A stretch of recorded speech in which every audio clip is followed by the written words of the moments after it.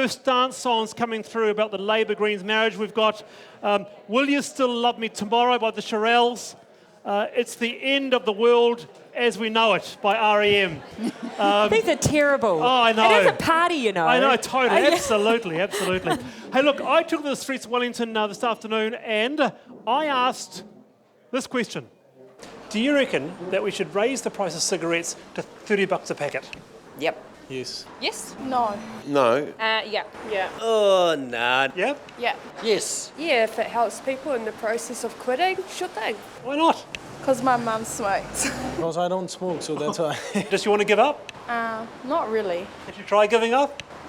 No. My dad died of lung cancer, so yeah, I'm keen for that. I worry what effect denying those people who are habitual smokers, what effect that will have on the rest of their lives. I think it is a good idea, but heaps of people say no because obviously they can't afford it, but it's a good thing because they're going to give up and save so much money. They blame the smokers, and half the revenue for the hospitals comes from tobacco tax and only a quarter of the patients. So the people are winning off the smokers. Why punish people that are helping the people win? I know a few cigarette smokers that are friends, and it's going to make them pretty poor, and I probably won't be able to hang out with them anymore. So, nah. So it's more of a hangout social thing. I'm what you call a social non-smoker.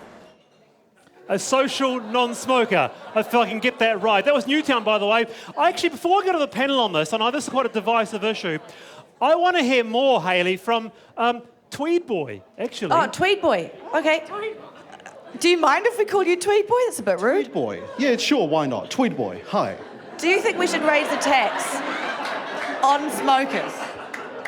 What do I think about it? Yes. Well, I mean, I'm a bit conflicted because my mum, too, is a bit of an avid smoker. So, of course, she doesn't like it at all. But, I mean, I want her to live, throughout her older years. So, of course, thinking about it... But will this measure actually help her quit? Or maybe something else might help her quit? Maybe. I think the tax hike on cigarettes, maybe that's one part of the answer, but we do have to keep our options open as well. Our options must be open. Good to see you in the house tonight, Mr. Tweedman. Hey, now, around the panel, cigarette tax hikes, $30 in a few years' time, it's a good thing, isn't it? No, it's not. It's an absolute revenue grab, and that's all that it is. No. What it's doing... If the government cared about actually the health of people who smoke, they would ban it altogether. It's as simple as that. That's interesting.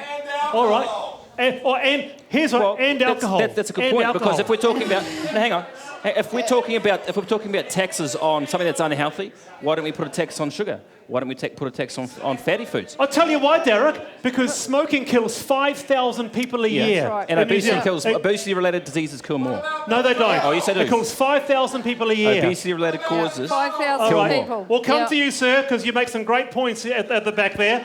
But Barbara, you heard what Derek's saying. Yeah, look, I tell you what, it's a very effective tool. Your 5,000 people are 12 people a day. And if you imagine if 12 people disappeared out of here every time you had a backbenchers show, you wouldn't have many people left in a few weeks' time. All right. So absolutely We'll effective. try and get your mic sorted there, but Jacinda.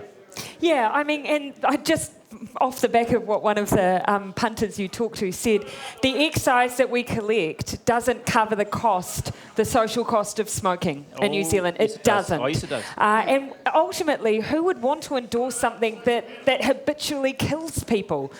So absolutely, the excise is a part of reducing down the amount that people smoke. An academic came out and said that this sort of penalty is actually racist, because what it does, it affects Maori, it affects Pacifica, it's actually affecting the people who, It's saying that we should sit back and do nothing while Māori are disproportionately affected by cigarettes. I'm not willing to do that. If we let excise just sit by as a tool when we know price matters, that would be irresponsible. Let's get something and straight we can first, also Wallace. Let's get something straight first. Since 2010, the excise tax has doubled.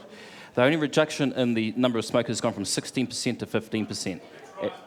It's as simple as that. It's not working. The excise tax is not working. It is. It's bringing it down. It's one tool in the toolbox. But what I want to say to you is that lung cancer is not racist. And, people can make all of these cases, but it's killing 12 people a day and we don't want it to kill. And everyone that goes for a health check at the hospital, 95% of them now are being spoken to. It's only one tool. What in about the that gentleman there who said, what about alcohol? Because you've been very, very negligent on alcohol, haven't you? What about sugar? You're all okay about talking about tax hikes on cigarettes. What about the booze? Yeah. Look, at the moment, alcohol is not killing people like smoking is killing people. Yeah. Look, the point that the man raises generally about our review of the Misuse of Drugs Act, actually, that's a fair point. Hayley, let's go. It's a fair point. We should review the way we treat everything. Hayley, let's go to that gentleman there behind me and see what he's got to say about it. Yes, you don't have to shout anymore because I've got a microphone. I don't mean to actually cause any trouble here, but I tell you what, tobacco is one thing, but that's self-inflicted. What about the guys that get out after they've had a few drinks and kill people, innocent people on the road?